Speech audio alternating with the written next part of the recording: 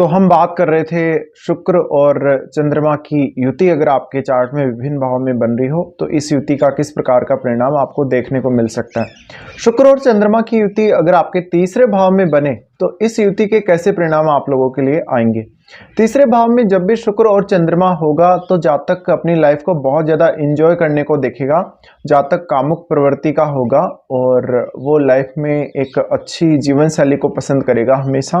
थोड़ा सा जातक में चुलबुलापन हो सकता है, थोड़ा उसमें बच्चों वाले गुण हो सकते हैं और वो इतना मैच्योर नहीं होगा। जातक में कल्पना शक्ति बहुत ज़्यादा होगी, उसके पास अपनी खुद की नेचुरल प्रतिभा बहुत ज़्यादा होगी।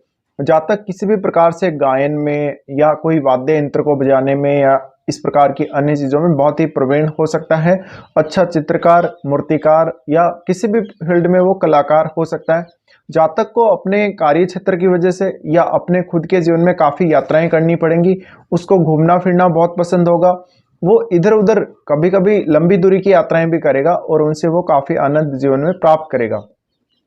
इन दोनों ग्रहों का तीसरे भाव में होना जातक को काफ़ी कल्पनाशीलता देता है, मन में विचार बहुत ज़्यादा देता है।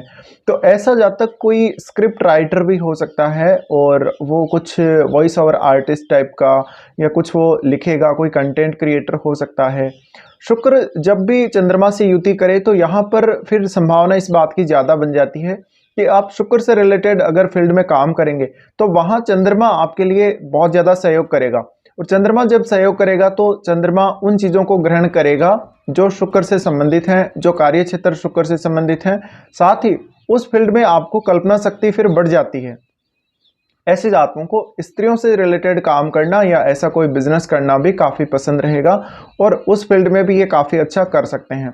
साथ ही इनके जीवन में इनके मैरिज होने के बाद भाग्य के प्रबल संकेत हो सकते हैं। भाग्य इनका बहुत तेज़ी से काम करेगा और जातक को बहुत कुछ उसके जीवन में शादी के बाद हासिल होगा। हाँ, इतना जरूर है, अगर थर्ड हाउस पर किसी क्रूर ग्रह की दृष्टि हो तो जातक के अपने जीवन साथी के साथ भी काफ़ी मतभेद कभी कभी नजर आ सकते हैं। बट वो एक अच्छी मैरिड लाइफ की चाह रखेगा, हमेशा एक अच्छी ओवरऑल लाइफ की चाह रखेगा। हमेशा अपने जीवन में वो भौतिक सुखों को चाहेगा और इसके लिए वो कुछ भी करने को तैयार रहेगा अपने जीवन में। ऐसा जातक बहुत ज़्यादा क्रिएटिव होने के साथ साथ टैलेंटेड बहुत ही ज़्यादा होगा। टैलेंट पे फोकस करेगा और अपना कोई भी ऐसी हॉबी वो डेवलप कर सकता है या कोई स्पेशल टैलेंट वो अपने अंदर डेवलप कर सकता है जिससे वो जीवन में काफ़ी नेम फेम प्राप्त करेगा। शुक्र और चंद्रमा अगर तीसरे भाव में हैं तो अब आपको ये देखना पड़ेगा ये कौन कौन से भावों के स्वामी हैं। जिन भावों से इनका संबंध है उन भावों से जुड़े हुए रिश्तों से आपको हमेशा मदद मिलेगी। उन रिश्तों में आप हमेशा केयर करके चलेंगे, अच्छे से रेस्पेक्ट करके चलेंगे। ऐसे जातकों को अपने भाई बहनों से, पड़ोसियों से या रिश्तेदारों से भी काफ़ी ज़्यादा मदद मिल जाती है। साथ ही देखिए, शुक्र और चंद्रमा का तीसरे भाव में होना जातक अपने आसपास ऐसा वातावरण बनाएगा या ऐसा वातावरण चाहेगा जहाँ पे वो चीज़ों को फुली इंजॉय कर सके, जहाँ पर वो अपने हिसाब से चीज़ों को मॉडिफाई कर सके, वातावरण को बदल सके, माहौल को बदल सके और काफ़ी एक इंटरटेनिंग माहौल वो अपने आसपास चाहता है। शुक्र और चंद्रमा तीसरे भाव में हैं तो जातक काफ़ी बार घुमक्कड़ प्रवृत्ति का देखा जा सकता है। उसका रुचि हमेशा कोई क्रिएटिव काम में ही होगा। ऐसे जातक को उसकी पत्नी के माध्यम से भी काफ़ी सपोर्ट मिलेगा शादी के बाद। साथ ही अब आपका शुक्र इनमें से अगर कोई 6, 8, 12 का स्वामी है तो हो सकता है उन चीज़ों को प्राप्त करने के लिए ज़्यादा आपको मेहनत करनी पड़ेगी या ज़्यादा अच्छे तरीके से काम करना पड़ेगा। अगर चंद्रमा यहाँ पीड़ित स्थिति में हो जाता है या किसी क्रूर ग्रह का प्रभाव चंद्रमा पे पड़ जाता है तो उस केस में आपको मानसिक रूप से काफ़ी ये दुखी कर सकता है कभी कभी। और शुक्र जब भी चंद्रमा के साथ आते हैं ऐसे में आप ज़्यादा से ज़्यादा शुक्र को एक्सप्लोर करें, शुक्र पे आप ज़्यादा ध्यान दें और चंद्रमा वाली चीज़ों का उपयोग करके आप शुक्र को ज़्यादा एक्सप्लोर करेंगे, बेहतर रहेगा। शुक्र से रिलेटेड चीज़ों को प्राप्त करने के लिए आप काफ़ी उदार रहेंगे, आप दूसरों के लिए बहुत ज़्यादा हेल्पिंग पर्सन रहेंगे, आप दूसरों की काफ़ी मदद करेंगे और हर कोई आपकी सराहना करेगा।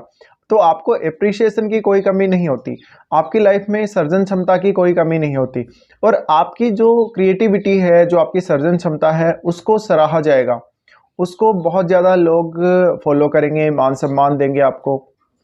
तो इस केस में जातक के जीवन में हम ये बोल सकते हैं कि जातक को सब कुछ मिलेगा और वो काफ़ी हार्डवर्किंग होगा, काफ़ी ईमानदार होगा, उसमें नैतिकता बहुत ज़्यादा होगी।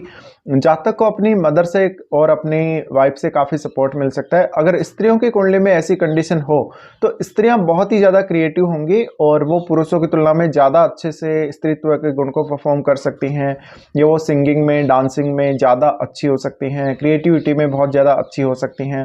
फिर उनको घूमना फिरना, लग्जरी लाइफ जीना, ये सब बहुत पसंद रहेगा। इसके अलावा ऐसे जातक अक्सर अपने जीवन में बार बार इधर उधर ट्रेवल या भ्रमण पर जाते रहेंगे और उस भ्रमण को, उस यात्रा को ये काफ़ी अच्छे से एंजॉय करेंगे। साथ ही इनके जीवन में लग्जरी की कोई कमी नहीं रहती, इनको हमेशा धन मिलता रहता है किसी न किसी प्रकार से। साथ ही धन और लग्जरी के मामले में ये काफ़ी भाग्यशाली भी साबित होते हैं अपने जीवन में। अब आपके चार्ट में आप ये देखिए कि क्या इन दोनों का संबंध आपके 10th हाउस से है। अगर 10th हाउस से है तो इनसे संबंधित आप कोई प्रोफेशन चुन लीजिए, या अगर सप्तम भाव से इनका संबंध है तो आप ऐसा कोई बिजनेस चुन लीजिए जिससे आपको ज़्यादा से ज़्यादा फायदा हो।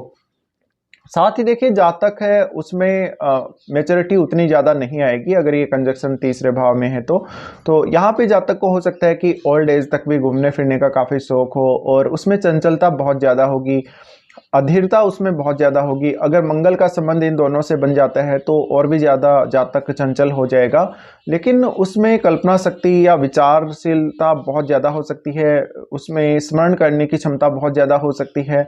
जातक अपने टैलेंट को पहचानेगा, वास्तव में अपने आप को वो जानेगा और अपनी क्षमताओं पर बहुत वो ट्रस्ट करेगा। जब भी ये दोनों ग्रह तीसरे भाव में हैं तो आपको फुली सपोर्ट मिलेगा आपके पिता और माता से। और आपका जन्म कोई ऐसी फैमिली में हुआ हो सकता है जिसमें आपको बहुत ही लाड प्यार से पाला गया है, बहुत ही केयर के साथ रखा गया है, बहुत अच्छे से आपको पालन पोषण दिया गया है। और स्पेशली माता जी का जो झुकाव है आपकी तरफ थोड़ा ज़्यादा रहेगा। आपकी माता जी भी काफ़ी क्रिएटिव हो सकती हैं, आपको वो हमेशा जीवन में सपोर्ट करके चलेंगी। अब ये कंजक्शन तीसरे भाव में है तो जातक को सारी क्षमताएं देता है, लेकिन यहाँ पे जातक को उतना मेहनती नहीं बनाता। हालांकि आपको मेहनत करनी चाहिए जब भी ये दोनों ग्रह तीसरे भाव में हों, और आपको अपनी क्षमताओं के हिसाब से आगे बढ़ना चाहिए। अब एक बात जरूर यहाँ लागू होगी, अगर ये दोनों ग्रह तीसरे भाव में हैं तो जातक जितनी ज़्यादा रेगुलर मेहनत करता जाएगा अपने किसी भी कार्य क्षेत्र में, उतना ज़्यादा वो परफेक्ट होता जाएगा। तो यहाँ शुक्र और चंद्रमा है, इन दोनों का गुण ज़्यादा बढ़ता जाएगा, इन दोनों का प्रभाव आपके ऊपर ज़्यादा बढ़ता जाएगा। इनमें से अब आपका कोई भी जो भाव है जो इनसे रिलेट करता है, जिसके ये स्वामी हैं, उस भाव से रिलेटेड आप कोई काम कर सकते हैं, उस भाव से संबंधित कोई क्रिएटिव वर्क कर सकते हैं। साथ ही साथ आपको कुछ नई चीज़ें एक्सप्लोर करना, कुछ नया नया लिखना या नए विचारों का आपके मन में आना, ये सब बहुत हद तक पॉसिबल होगा। साथ ही रोमांटिक लाइफ जीना बहुत पसंद करेंगे आप जब भी ये दोनों ग्रह तीसरे में हैं। अब चंद्रमा यहाँ पर आपको ज़्यादा कल्पना शक्ति और बेहतर तरीके से उस क्षमता को यूज़ करने का यहाँ मौका देता है। चंद्रमा जितना ज़्यादा स्ट्रॉन्ग होगा उतनी ज़्यादा आप में क्षमता अधिक होगी और आप उसको और अच्छे से डेवलप कर सकेंगे। शुक्र जितना ज़्यादा मजबूत होगा उतना ही आपको यहाँ स्त्रियों से जीवन में सहयोग मिलेगा और पत्नी से भी काफ़ी सहयोग मिलेगा। बट चंद्रमा और शुक्र कितने क्लोज हैं, क्या इनमें से शुक्र वक्री तो नहीं है, तो ये सब आपको देखना पड़ेगा। फिर हो सकता है कि तीसरे भाव का स्वामी कोई भी ग्रह है, उसके साथ इन दोनों के संबंध कैसे हैं वो भी आपको चेक करना पड़ेगा। तब जाकर आप वास्तव में ये पता लगा पाएंगे कि आपके लगन के हिसाब से, ओवरऑल चार्ट के हिसाब से इनके और रिजल्ट क्या क्या हो सकते हैं।